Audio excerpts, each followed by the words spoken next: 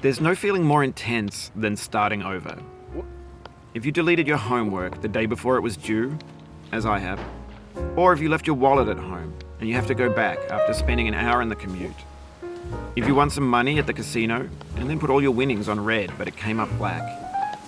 If you got your best shirt dry cleaned before a wedding and then immediately dropped food on it. If you won an argument with a friend and then later discovered that they just returned to their original view. Starting over is harder than starting up. If you're not ready for that, like if you've already had a bad day, then what you're about to go through might be too much. Feel free to go away and come back. I'll be here. Alright, thanks for coming with me on this trip. I'll understand if you have to take a break at any point. Just find a safe place to stop and quit the game. And don't worry, I'll save your progress, always, even your mistakes. This game is a homage to a free game that came out in 2002, titled Sexy Hiking. The author of that game was Jazuo, a mysterious Czech designer who was known at the time as the father of B games. And B games are rough assemblages of found objects. Designers slap them together very quickly and freely, and they're often too rough and unfriendly to gain much of a following. They're built more for the joy of building them than as polished products. In a certain way, Sexy Hiking is the perfect embodiment of a B game. It's built almost entirely out of found and recycled parts, and it's one of the most unusual and unfriendly games of its time. In it, your task is simply to drag yourself up a mountain with a hammer. And that act of climbing, in the digital world or in real life, has certain essential properties that give the game its flavor. No amount of forward progress is guaranteed. Some cliffs are too sheer or too slippery. And the player is constantly, unremittingly in danger of falling and losing everything. Anyway, when you start Sexy Hiking, you're standing next to this dead tree that blocks the way to the entire rest of the game. It might take you an hour to get over that tree, and a lot of people never got past it. You prod and you poke at it, exploring the limits of your reach and your strength, trying to find a way up and over. And there's a sense of truth in that lack of compromise. Most obstacles in video game worlds are fake. You can be completely confident in your ability to get through them once you have the correct method or the correct equipment or just by spending enough time. In that sense, every pixelated obstacle in Sexy Hiking is real.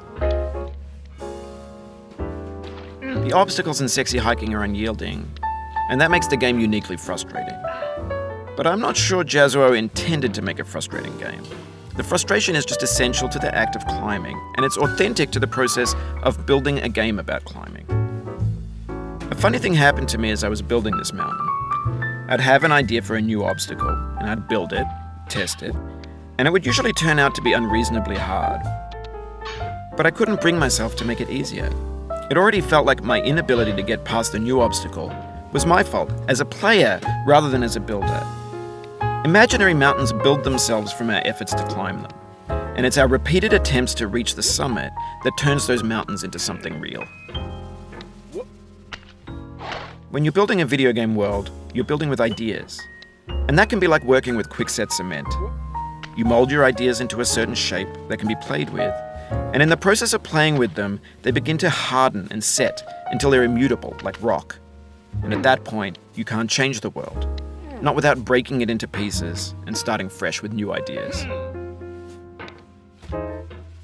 For years now, people have been predicting that games would soon be made out of prefabricated objects, bought in a store and assembled into a world. And for the most part, that hasn't happened, because the objects in the stores are trash. I don't mean they look bad or that they're badly made, although a lot of them are.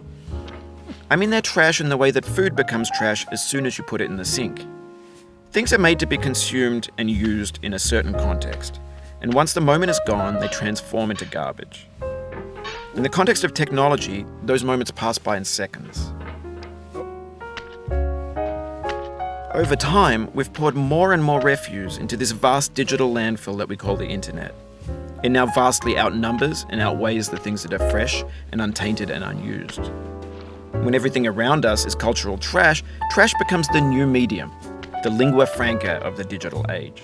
And you can build culture out of trash. But only trash culture. B games, B movies, B music, B philosophy. maybe this is what digital culture is.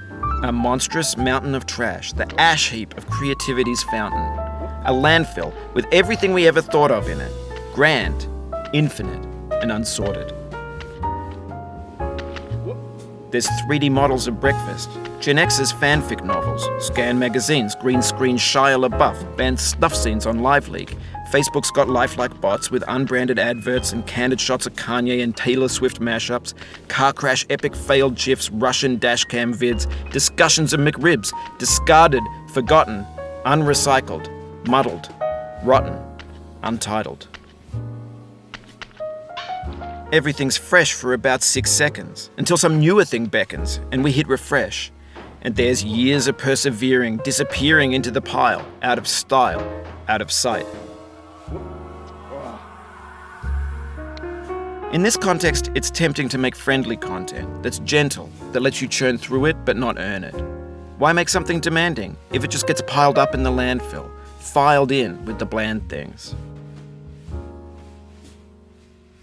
When games were new, they wanted a lot from you. Daunting